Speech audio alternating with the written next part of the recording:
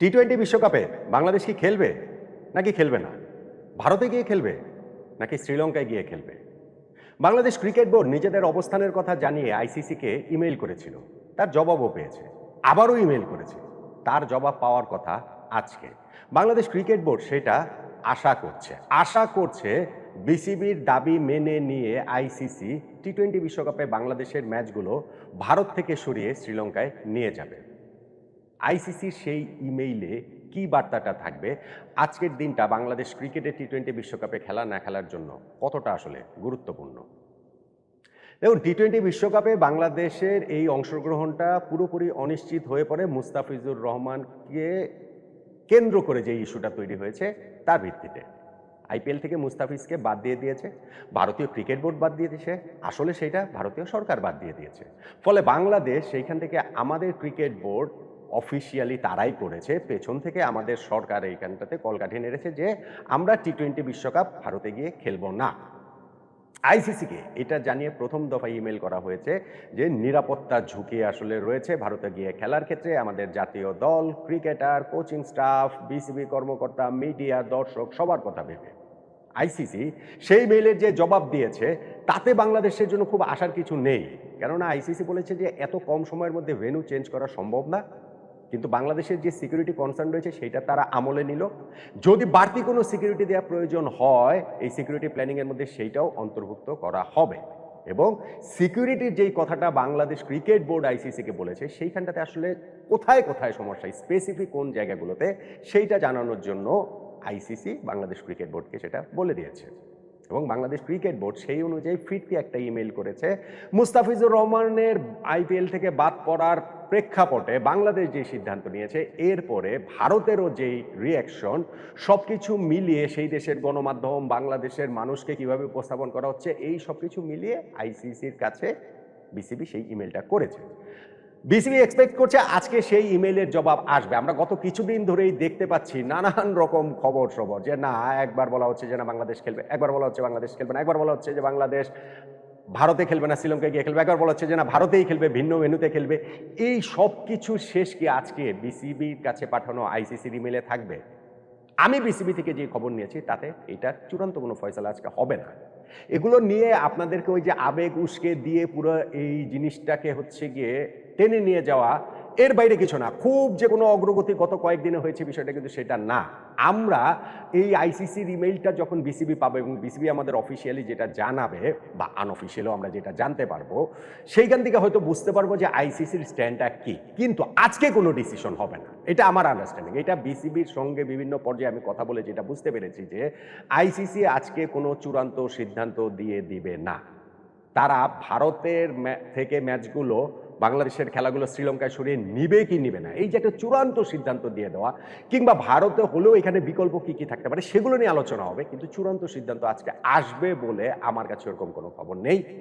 বরং এইখানটাতে আরও কিছু মেইল চালাচালি হবে এবং মেইল চালাচালি শেষে বাংলাদেশকে ছাড়া বাংলাদেশ যদি ওই অবস্থানটাতেই থাকে, যেই অবস্থানটাতে আমরা এখন পর্যন্ত আছি, এবং আমার মনে হয় না যে বাংলাদেশের দিক থেকে সেই অবস্থানের কোনো চেঞ্জ হবে, বাংলাদেশ ভারতের মাটিতে গিয়ে টি-20 ওয়ার্ল্ড কাপ খেলবে না। এখন আইসিসি খুব সহজেই যেই সমস্যাটার সমাধান হতে পারে যে ঠিক আছে বাংলাদেশের ম্যাচগুলো এইখান থেকে সরিয়ে, ভারত থেকে সরিয়ে শ্রীলঙ্কায় দিয়ে দিলাম, মানে খুব সহজে না, কিন্তু সেটার যেটা রিয়েলিস্টিক যে পসিবিলিটি বাংলাদেশ দেখতে পাচ্ছে, শ্রীলঙ্কায় যদি সরিয়ে দেয় তারপরে আইসিসির ফিক্সচার চেঞ্জ করা দরকার হলে হচ্ছে যে গ্রুপের কোন গ্রুপের খেলা কোথায় থাকবে, কোন গ্রুপের খেলা শ্রীলঙ্কাতে থাকবে, কোন গ্রুপের খেলা ভারতে থাকবে, এই সব কিছু যদি আইসিসি অ্যারেঞ্জ করতে পারে তাহলে হচ্ছে গিয়ে সমস্যার সমাধানটা হয়। কিন্তু সেটা যদি না হয় তাহলে বাংলাদেশ ভারতে গিয়েই খেলতে হবে, এরকম স্ট্যান্ড যদি আইসিসি নেয়, ভারতে যদি ভেন্যু চেঞ্জ করার অফারটা তো দেওয়া হয় যে না ঠিক আছে কলকাতাতে বাংলাদেশের 3টা ম্যাচ রয়েছে, সেখানে না হয় অন্যান্য ভেন্যুতে খেলা হবে, এইগুলোর ডিসিশন আজকে হয়ে যাবে না।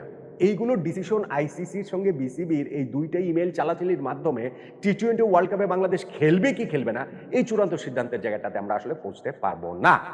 ওই যে 10ই জানুয়ারির একটা খবর কয়েকদিন আগে আমি ক্রিকবাজেও দেখছিলাম যে এটাই হচ্ছে গিয়ে ডেডলাইন, এই নো মোর দেন 10 জানুয়ারির পর এই জিনিসটা আসলে চলে যাবে, এর মধ্যে ওই সিদ্ধান্তের জায়গাটা দিয়ে দিবে আইসিসি। কিন্তু আমার কাছে মনে হয় না যে আসলে আমি যতটুকু ক্রিকেট বোর্ডের যে ভাইব, বাংলাদেশ ক্রিকেট বোর্ডের যে ভাইব, তারা সেটা পায়নি যে আজকে এই চূড়ান্ত সিদ্ধান্ত হয়ে যাবে। বরং এখানটাতে আরও কিছু ইমেল চালাচালির জায়গাটা রয়েছে এবং ফাইনালি গিয়ে ওইরকম কোনো সিদ্ধান্ত যদি নিতে হয় যে বাংলাদেশকে বাদ দিয়েই টি-20 ওয়ার্ল্ড কাপটা হবে, এই সিদ্ধান্তটা আইসিসি নিজেরা নিয়ে নিতে পারবে না।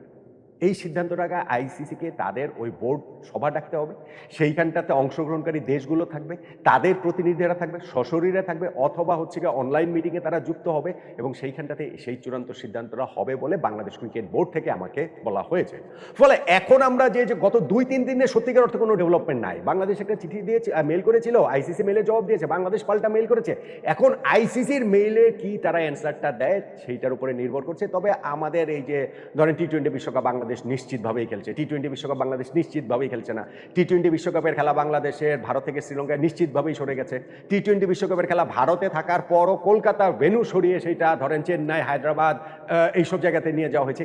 এগুলো ভাই আসলে শুধু হচ্ছে গিয়ে মানে এইসব কথার কোনো ভিত্তি নাই। এইসব কথা হচ্ছে গিয়ে জাস্ট মানে পাবলিককে একটা তাদের আবেগের ওই জায়গাটাতে টোকা দিয়ে একটু এনগেজ রাখা, এবং পাবলিকের আবেগটাকে উস্কে দেওয়া যে কত সহজ সেটা তো আমরা তামিম ইকবাল ইস্যুতেই দেখেছি। বাংলাদেশ জাতীয় ক্রিকেট দলের সাবেক ক্যাপ্টেনকে বাংলাদেশের একজন ক্রিকেট বোর্ডের কারেন্ট পরিচালক তিনি ভারতীয় দালাল বলছেন, এবং সেইটাতে তিনি স্ট্যান্ড করে পরের দিন তিনি বলছেন যে তামিম ভারতের হয়ে ব্যাট করছে।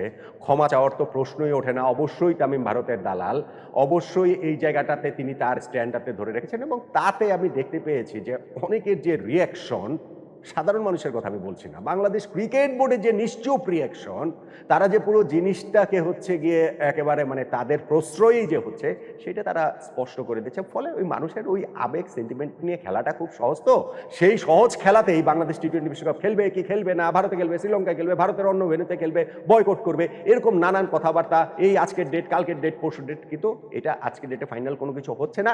বাংলাদেশ টি-20 বিশ্বকাপে অংশ নিচ্ছে কি নিচ্ছে না, আইসিসির ইমেইলটা খুবই গুরুত্বপূর্ণ। তবে চূড়ান্ত সিদ্ধান্তের জন্য আমাদের ওয়েট করতে হবে এবং আইসিসির একটা মিটিং ডেকে বড় পরিসরে বোর্ডগুলোর সঙ্গে কথা বলেই সেই চূড়ান্ত সিদ্ধান্তটা আসলে নিতে হবে।